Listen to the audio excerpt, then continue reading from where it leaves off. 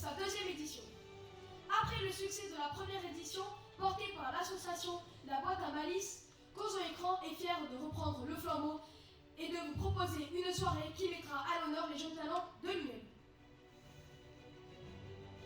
Parce que l'égalité des chances et l'égalité homme-femme sont des combats chers à nos cœurs, nos orateurs de 11 à 25 ans vont prendre la parole sur scène pour marquer vos esprits et faire briller l'art de l'éloquence.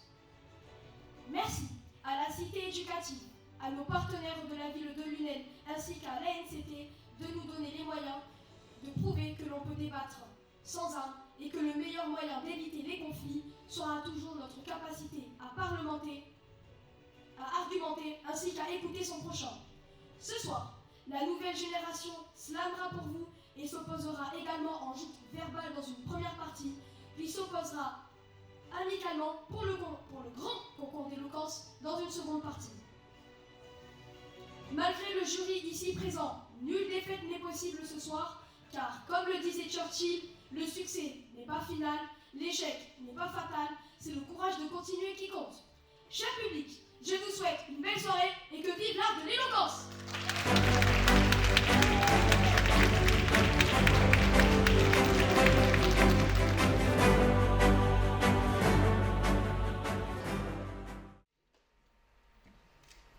Tu sais, parfois, j'ai juste envie de crier. Parce qu'on parle tout le temps de l'égalité des chances, comme si c'était un truc réel. Comme si tout le monde avait vraiment les mêmes possibilités de réussir. Mais c'est pas vrai. Moi, cette inégalité, je le vis tous les jours. L'égalité des chances, c'est censé vouloir dire qu'on pourrait tous réussir. Qu'on soit blanc ou noir, d'un quartier riche ou d'un quartier pauvre. Mais dans la vraie vie, c'est pas comme ça. C'est beau à dire, mais dans les faits, ça n'existe pas pour tout le monde. Déjà, faut voir comment c'est là où j'habite. Nous, on vit dans un quartier qui est même pas sur la carte pour certains. Il y a des immeubles pourris, des rats, des poubelles, des ascenseurs qui marchent pas. Et quand je tombe malade, bon courage pour trouver un bon médecin. T'attends des heures, t'as pas de spécialiste. Et parfois, on te regarde de travers, comme si t'exagérais. Pendant ce temps-là, dans les beaux quartiers, t'as des centres de santé modernes, des parcs pauvres, des écoles, avec du bon matos, des profs motivés. Même les routes, elles sont plus lisses. Et après, on vient te dire que toi aussi tu peux y arriver si tu travailles dur. Comment tu veux réussir quand tout est plus dur dès le début? Après, on me balance des « faut bosser plus !» comme si c'était juste ça le problème. Il faut parler du racisme aussi, parce que oui, ça joue. Moi, je le vois. Quand t'as une tête ou un nom qui vient d'ailleurs, tu dois faire 2 fois plus pour qu'on te prenne au sérieux. À l'école, au travail, même dans la rue. Combien de fois on m'a suivi dans un magasin parce que, apparemment, j'aurais volé quelque chose? Combien de fois on m'a parlé mal juste à cause de mon apparence? Et après, on s'étonne que certains jeunes pètent les plombs. On parle jamais assez de la santé mentale. Tu sais ce que ça fait de toujours devoir prouver que t'es pas comme tu penses?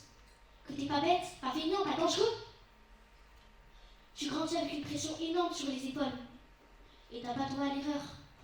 Parce que si tu rates, on dira que c'est ta faute, pas celle du système.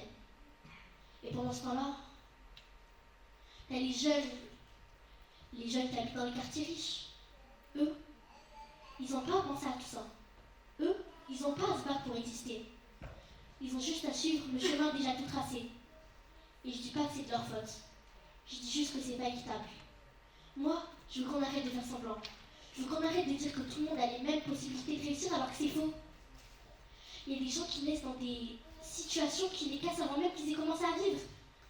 Il y a des enfants qui mangent mal, qui dorment mal, et à qui on demande quand même d'être concentrés en cours, comme si tout allait bien. On a besoin qu'on nous aide, pas qu'on nous juge. On a besoin d'avoir les mêmes droits, les mêmes opportunités, les mêmes soins. Pas qu'on nous balance des « faut bosser plus !» comme si c'était juste ça le problème. Parce que moi aussi j'ai des rêves. Moi aussi je veux réussir. Mais avant, il faudrait d'abord, peut-être, ne serait-ce que me laisser croire. Merci.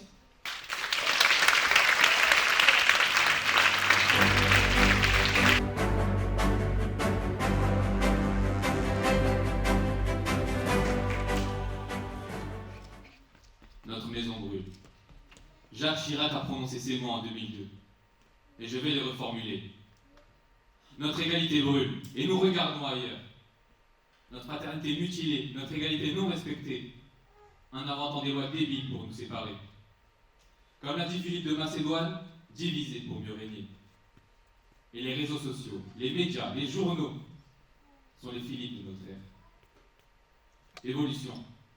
Je ne m'en suis plus témoin. Je ne vois que régression. Que régression de certaines mentalités. L'humanité franche a été enterrée sous de faux sourires. Je ne vois aussi que des poignées de main bafouées à cause de la couleur des phalanges de l'autre. Je vois aussi des insultes proclamées sous couvert de liberté d'expression. Cette même liberté avant utilisée pour créer sans arrêt, sans modération, maintenant utilisée pour huer et nous séparer. Espérer. J'ai préféré espérer que ces inégalités disparaissent. Mais espérer ne suffit pas. S'unir pour une seule et même quête, la quête de l'égalité, pourrait nous réunir. Mais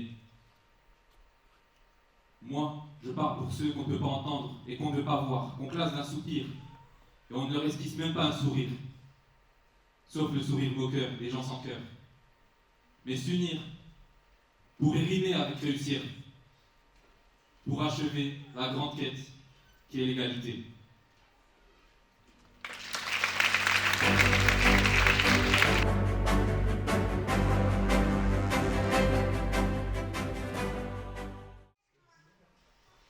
Imaginez-vous marcher dans une rue où on y trouve d'un côté des immeubles luxueux et de l'autre des bidonvilles.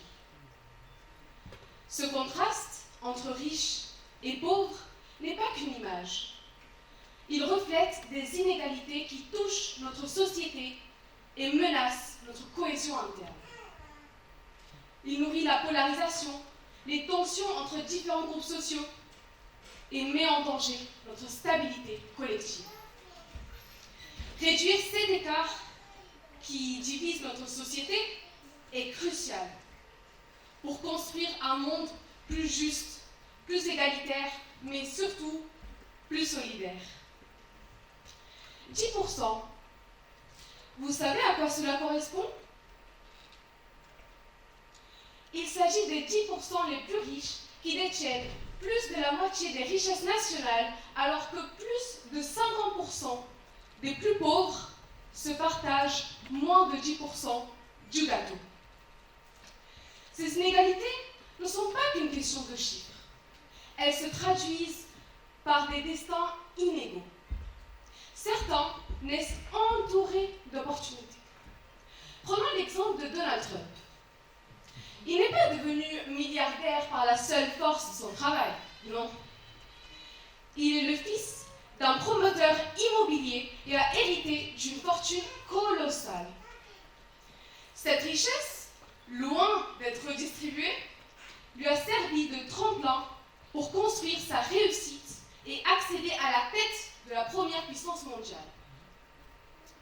Aujourd'hui, en 2025, sa richesse personnelle est estimée à plus de 5 milliards de dollars, un chiffre supérieur au PIB de l'Allemagne, qui est le pays le plus riche d'Europe. Pendant que d'autres se battent chaque jour, simplement pour pouvoir vivre dignement. Pensons à Barack Obama, qui a dû cumuler les petits boulots pour payer son loyer, se nourrir, acheter ses livres. 2 parcours, 2 mondes. Et en France alors, qu'en est-il de cette fameuse égalité des chances ? Moi, je crois en elle, car je l'ai vécue. C'est grâce à des dispositifs comme le parcours d'excellence ou les ateliers d'éloquence du programme Cité éducative à l'UNEL que j'ai pu aujourd'hui prendre la parole. Au lycée Louis Feuillade, j'ai bénéficié d'un accompagnement, du soutien, d'un regard bienveillant qui m'a poussé à viser plus haut. Donc oui, quand l'égalité des chances n'est pas qu'un slogan, mais une réalité, il devient un levier formidable. Il transforme une trajectoire, il transforme une vie. Donc, c'est pourquoi je fais appel à toi, fils d'Ouest. lorsque cela est nécessaire. Car le soutien est une force et non une faiblesse. Et n'aie pas honte de tes parents, car ils ont fait de leur mieux pour répondre à tes besoins. Et toi, fils d'avocat, je fais appel à toi pour que tu utilises tes privilèges pour tendre la main à ceux qui en ont besoin.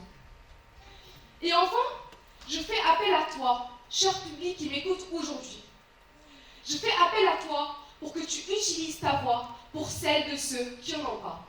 Car ensemble, avec nos efforts respectifs, nous pourrons réduire cet écart et offrir à chacun les mêmes chances de réussir. Pour un avenir plus juste, plus égalitaire, mais surtout plus solidaire. Merci.